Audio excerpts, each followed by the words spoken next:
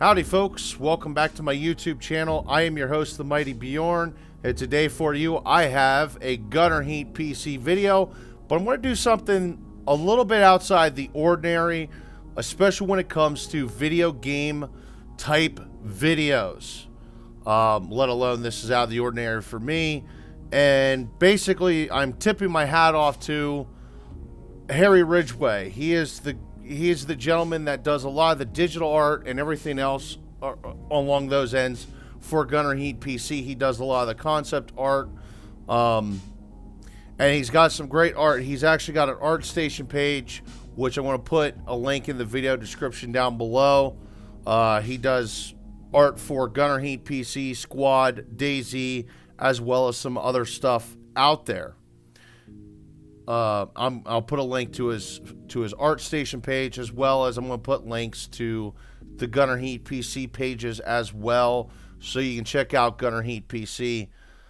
But the reason I'm talking about this kind of thing is this is the kind of stuff that no one ever talks about. The art of the games. You know, it's the promotional art. It's the concepts that ends up making the game what it is. And it's, you know, sometimes you got to translate this stuff from the character models to the game itself. As you can see here, here's some uniforms for the different types of infantry that the developers are aiming for. And this is Harry's art that they're going to try to put in the game. As you can see, we have a U.S. soldier, which is interesting, has the M81 camo, and that is actually the camo pattern I wore when I was in the service, enlisted in the service in 2003. That is actually the Woodland camo. Now that uniform is long gone. That rig system is gone. The Kevlar is gone by now. That's all changed. But on the other side, you can see the bad guy with his Soviet gear and everything else. And Harry just did amazing work on these uniforms, amazing detail on the uniforms, and the tactical rigs and everything else to it. Here we got one of the machine guns that would be mounted on the Pinto mount on like the T-72 and the T-55, as well as I actually believe that is the same type of machine gun that is mounted in the BRDM. And we got the Bradley here, which I'm not sure based on when I released this video, but based on recording, the Bradley has not been shown yet in game, but it has been announced that it is going to be coming in future updates. Who knows, maybe by the time I actually get this video put up on YouTube and uploaded, the Bradley actually might be in game, or at least we may have more information about the Bradley at that time. But once again, here's Harry's work, and they're going to translate that into the game itself. Here we have the M60A3, which is interesting. This is actually what the M60A3 looked like when I started doing content for Gunner Heat PC, and now the model has changed quite a bit through updates and things like that. They've added camouflage pattern as well as equipment and extra goodies on the outside of the vehicle itself. Here we have the M113, which is, this is what the M113 looks like in game as I'm recording this video. Once again, the model may change a little bit, whatever, but you know, it's more of that artwork. It's the promotional artwork, the stuff that's never talked about from these different YouTubers, the different game developers. No one ever seems to really tip their hat off to the artist themselves.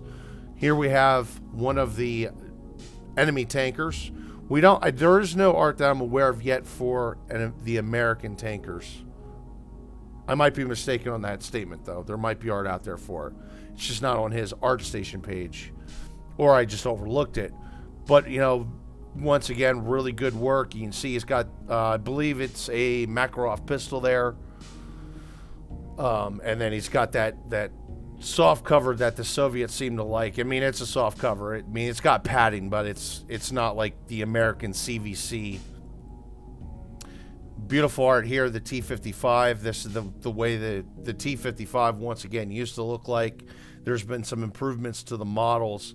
And also because of this drawing here, or digital art piece of the T55, they were also able to take and make variants based on other models of the T55, because there was the Russian T55, the East German T55, the Polish had their own variant of the T55, the Czechoslovakians did, etc. They had different camo patterns, they had different ways they laid out the turrets.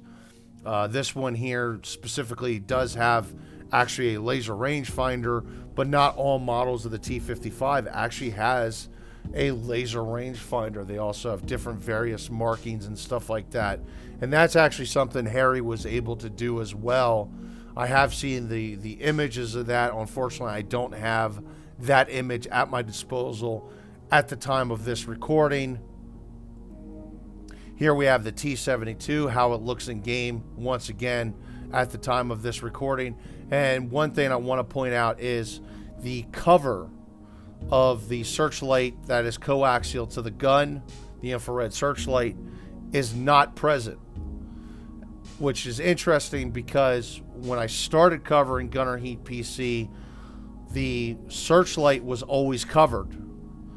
And once the patch, the update had dropped where you could change from day to nighttime, that cover would be automatically removed as you change from day to night. And that is actually what the searchlight looks like in game for the most part. So that's actually an interesting thing to see how it translated into game, just based off of, I would say, just based off of this image. And of course it is correct, it's accurate, it's authentic, if you will. And here we have the UAZ, and we have two different variants here of the UAZ. Now we have on the left side, we have a version of the UAZ that we're used to seeing in game, where it's actually got the soft top cover. And then on the opposite side, we actually have it without the cover. We can see the interior, very basic, very simple interior. Of course, you have driver's seat, passenger seat, and then you have 3 more passenger seats in the rear, plus space for cargo, spare tire. It's all well detailed. Everything's positioned the way it should be. The lights are where they need to be. And he's even got some, looks like rust or wear marks on the vehicle as well.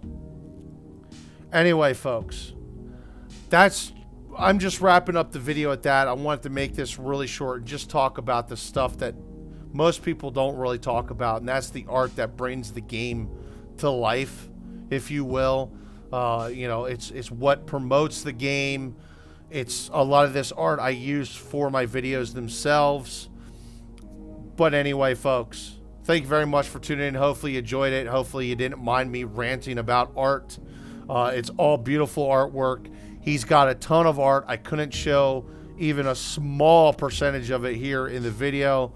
So go check out his ArtStation page. Once again, link in the video description. And folks, thank you very much for tuning in, blowing some time watching my YouTube channel, and have yourself a wonderful day.